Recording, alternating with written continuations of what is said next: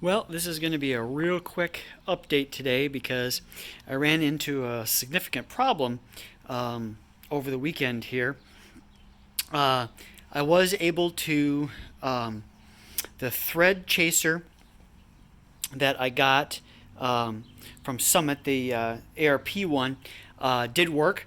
I ran it in and out a bunch of times on the threads in the crankshaft and was able to run one of the bolts in and come back out. It comes in, goes out. Little couple little funny spots, but nothing too bad. And but the thread when it comes out, the threads look perfectly okay. So that was good. So I ended up buying a ARP.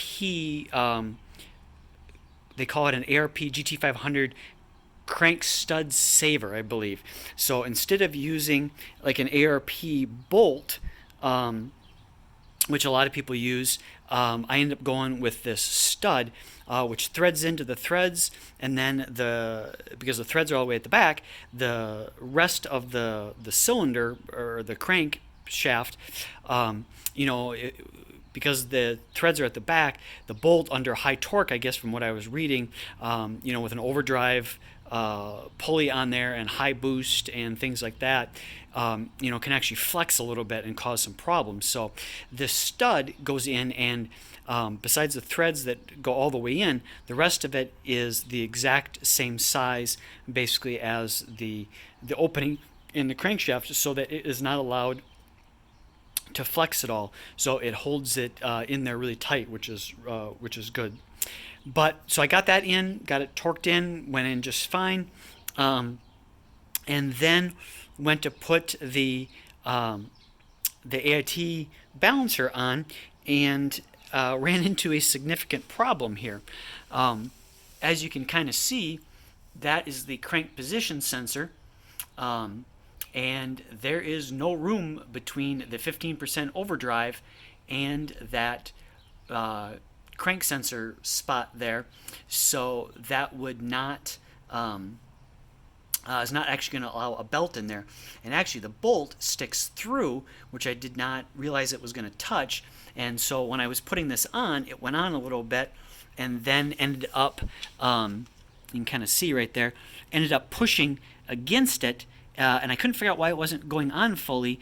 And then all of a sudden noticed that it was kind of in there a little weird and almost looked like it was too tight. So I started backing that bolt out, and all of a sudden, boom, then this side over here kicked forward a little bit. But then it was touching against the back there, so it still wouldn't go all the way forward. But either way, you're not going to get a belt in there.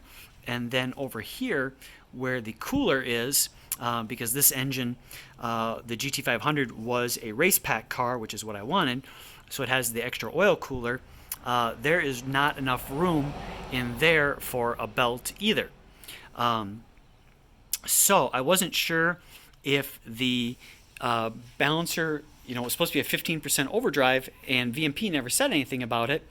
So I wasn't sure if maybe somehow it was in the wrong box. I checked the model number and a bunch of stuff, and we measured it, and it is just over 8 inches, which is the correct size. So I emailed VMP to see what was going on with this yesterday, but of course they were closed on Saturday, so waiting to hear back from them. So I was doing some Googling this morning and found out on Lethal Performance's website that they actually have a note for this super damper, the AT 15% overdrive for the GT500s, that if you have, now they don't say anything about the cam sensor, the crankshaft sensor, but that probably, could just be ground out. Like I could cut the bolt off a little bit and then just grind that out a little bit so that there would be more room in there. But it's more so about the oil cooler spot on the right hand side over here. And they have a note on their website that says, if you have a race pack car, you cannot use a 15% overdrive without modifications, and I'm guessing they're talking about, you know, over here too with the crank position sensor, but more so about the oil cooler side, that you cannot use that without modifications to that, or going with they had like an MMR or some kind of aftermarket oil cooler system, which would replace part of that and get that tube out of the way. So I emailed that to VMP also to see what they said. So they said if you want to keep the stock cooler, you have to stick with a 10% overdrive pulley, not a 15% dampener pulley. So that's where we're at with that. So unfortunately, didn't really do anything this weekend except I get the threads cleaned, got that stud in, and found this problem. So I ended up taking the pulley and the dampener apart. I just have it sitting on there so I could show you guys.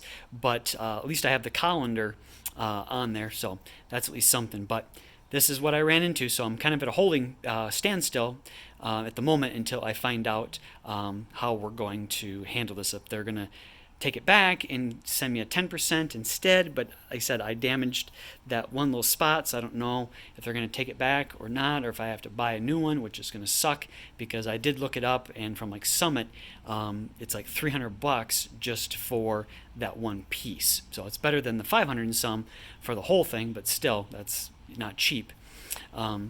Or if there's some other solution that they can come up with. So that's kind of where we're at. So thanks for watching. Just so I'd give you the quick update. And let you know, in case anybody else happens to watch this video, if you have a GT500 with a race pack, do not get a 15% overdrive pulley unless you're going to make some modifications, and maybe I will have a solution for you next time. Thanks.